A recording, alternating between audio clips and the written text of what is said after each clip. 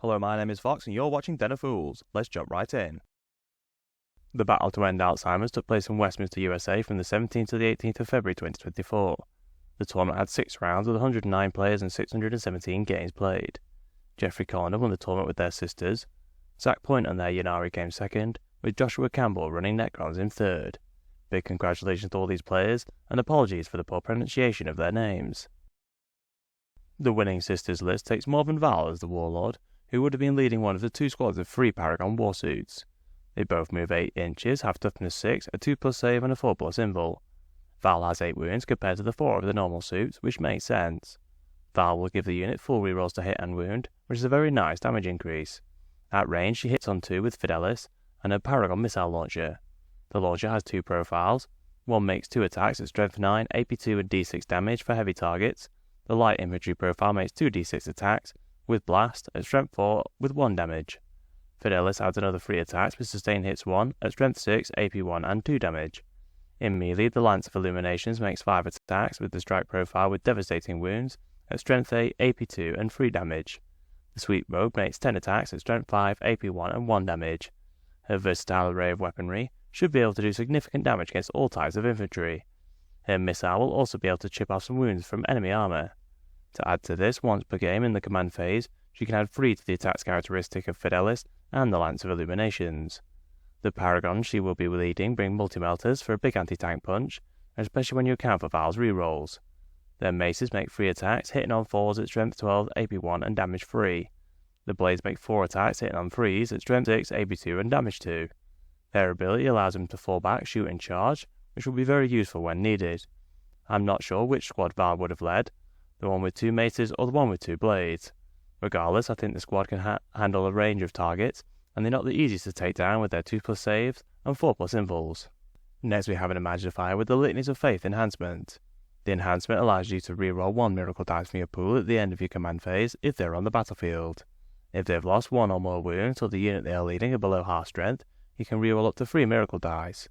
For further miracle dice manipulation, the Imagifier themselves allow you to reroll a miracle dice when a sister's unit dies within 12 inches of them. Finally, they give the unit they are leading a 4+ invul, and they give Celestian Sacrosanct a 2+ save, although none of that unit was included in this list. They can double up and join a unit which either the Palatine or Junith herself is leading. Speaking of which, Junith Lyritha is toughness 4, with a 2+ save and 4+ invul and 6 wounds. She has a twin Ministerial Heavy Flamer, which makes D6 auto hits at strength 6, AP1 and damage 1 with twin linked. She also chips in some decent melee, with 4 attacks with a mace, hitting on 2s at strength 6, AP2 and damage 2. She should be able to take down some elite infantry with that profile. For a buff, she gives the unit she is leading -1 to hit, a useful ability to have. You also gain a CP at the start of your command phase when she is on the battlefield. We have a Palatine with the Blade of St. Eleanor, which gives +1 attack, strength and damage to the bearer's melee weapons, which goes to 2+ when they've lost 1 or more wounds. This will help the Palatine's 4 attacks at strength 4, AP2 and damage 2. As the Sisters' Lieutenant equivalent, they give the squad they are leading lethal hits, with another powerful ability to go with this. When their unit is selected to fight, you can discard 1 miracle dice to get an additional mortal wound every time you score a normal wound. Finally, for HQs, you have the Humble Missionary, who gives the unit they are leading sustained hits 1. They can also reroll their melee attacks, unless their unit is battle-shocked. These HQs would have been leading the various battle sister squads. 2 of the squads take melter guns, whereas 1 takes the flamer. We then have 2 immolators with the twin multi-melters. After the model is shot, you can select 1 enemy unit hit by an attack. All units which disembark out the immolator can then re-roll their wound roll. I would imagine the Retributors with multi-melters went in one of the tanks for a big anti-tank blow when they disembark. Twice per battle, the Retributors give you a miracle dice when you use an Act of Faith, which is some helpful generation. We then have 2 Castigators, which are Predator equivalents, with a 6+ invul. The battle cannon gets reroll hits against monsters and vehicles, and a unit hit by the attack has to take a battle shock test. We see 2 Mortifiers with the twin Buzz Blades and heavy bolters. The twin Buzz Blades make 4 attacks, hitting on 3s at strength 10, AB3 and damage 2. They have twin linked, and they get sustained hits 1 on the charge. The Mortifier is reasonably tanky with toughness 6, a 4+ save and 6+ invul and 5 wounds. It also moves reasonably quick with an 8-inch move. We see the Sisters Novitiate squad for some cheap bodies which get reroll hits of 1 as standard, and can reroll all hits if the enemy is on an objective. There is a small squad of Zephyrim, presumably for their quick mobility and decent damage in melee. Finally, as with many Imperial lists, we have an allied Calidus assassin. The second place Ynnari list takes Yvraine as the warlord so they can take a load of Drukhari allies. She gives the unit she is leading a 5+ feel no pain, and in your command phase you roll a d6, and on the 2+ she restores d3 models to the unit she is leading. The only unit she is able to lead are the Kabbalite warriors, so I would imagine that is what she did. They move 8 with toughness 3, a 4+ save, 6+ invul and a single wound. They have the sticky objective rule, allowing you to move off the objective and still retain control until your opponent takes it off you. While it may not have an impact most of the time, it is quite a useful ability when it comes up. They take a range of weaponry with a Dark Lance for some anti-tank.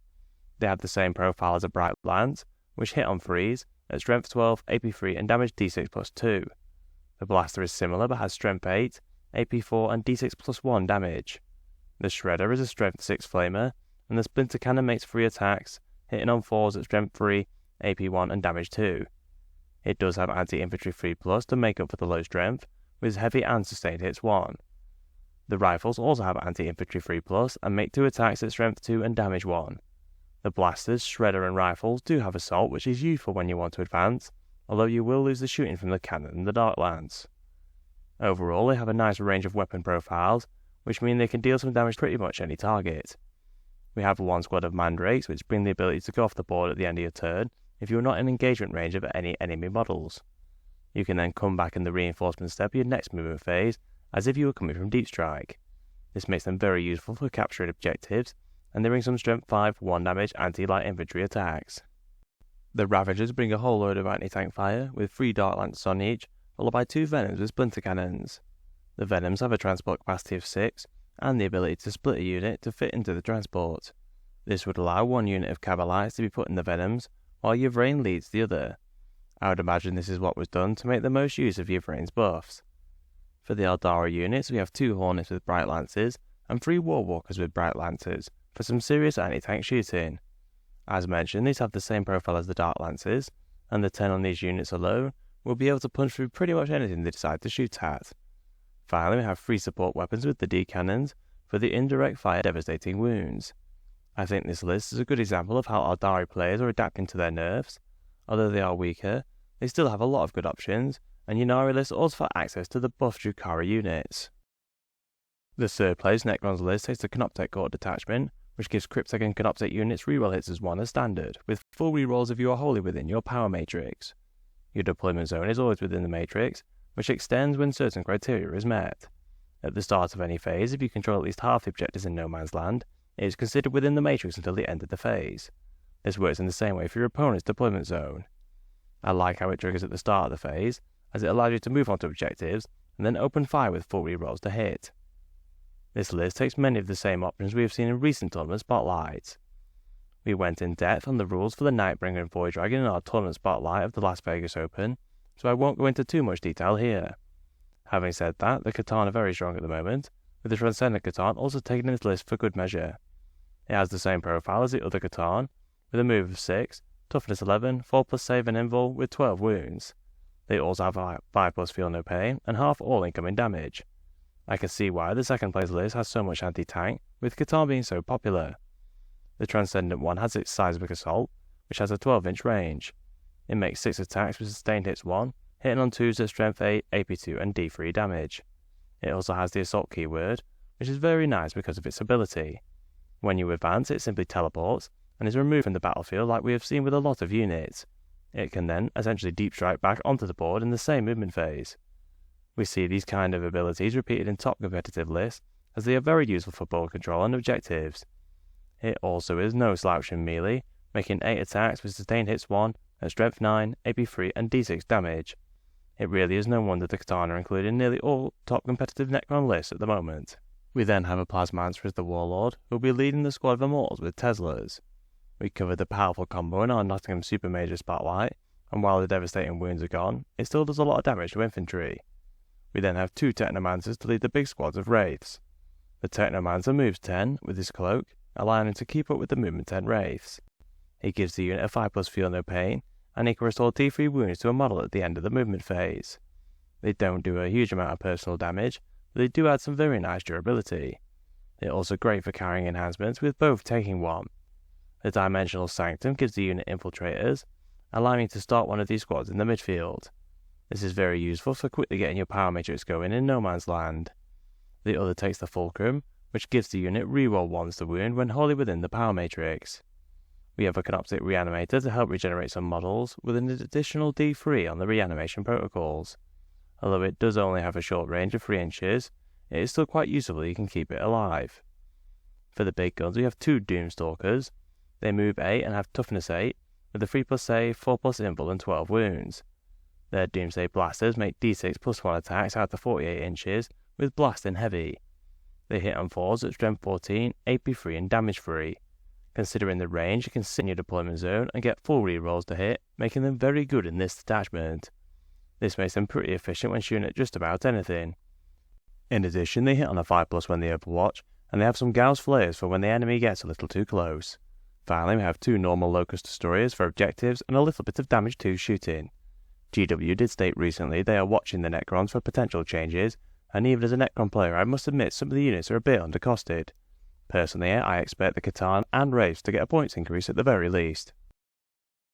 Unsurprisingly, the Space Marines are the most played faction with 21.1%. Necrons are in second with 11.01%, followed by Custodians in third with 7.34%. It takes our resident stats guru and Ultramarine fanboy Fearless Fox many hours to collect all the data. It would be great if you could show your appreciation by liking and sharing the video. It really helps us with the God algorithm of YouTube. We have grouped the win rates by colour, with the key at the bottom of the screen. The second place finisher tops the win rate as the only Inari player, which gives them a win rate of 83.3%. Dildari show that they can still do well, with their 4 players getting a win rate of 70.8%. The tournament winner Adepta Sororitas get a win rate of 69.6%, with the single Chaos Space Marine player getting a 66.7% win rate. The third most popular faction, Custodians, topped the green group with a win rate of 57.8%, followed by 1000 Suns on 57.1%. The Tyranids are the first faction in the Goldilocks zone, with a win rate of 53.8%. The tournament third place finisher and second most popular faction, Necrons, come next, with a win rate of 53.6%. Guard, Orc, Imperial Knights and Grey Knights all get a 50% win rate. The most popular faction, Space Marines, get a win rate of 48.5%. The single CSM player takes Emperor's Children, with Fearless's favourite Blue Boys, the Ultramarines, leading the way for the Loyalists with a win rate of 57.1%. The Black Templars are close behind with a win rate of 56.7%. The Salamanders and Space Wolves both get a 50% win rate, with the Blood Angels on a 44.1% win rate. The Dark Angels are the only chapter in red, with a 20% win rate. If you enjoyed our content, please subscribe, check out one of the videos on screen, and consider using our affiliate links in the description. Thank you for watching.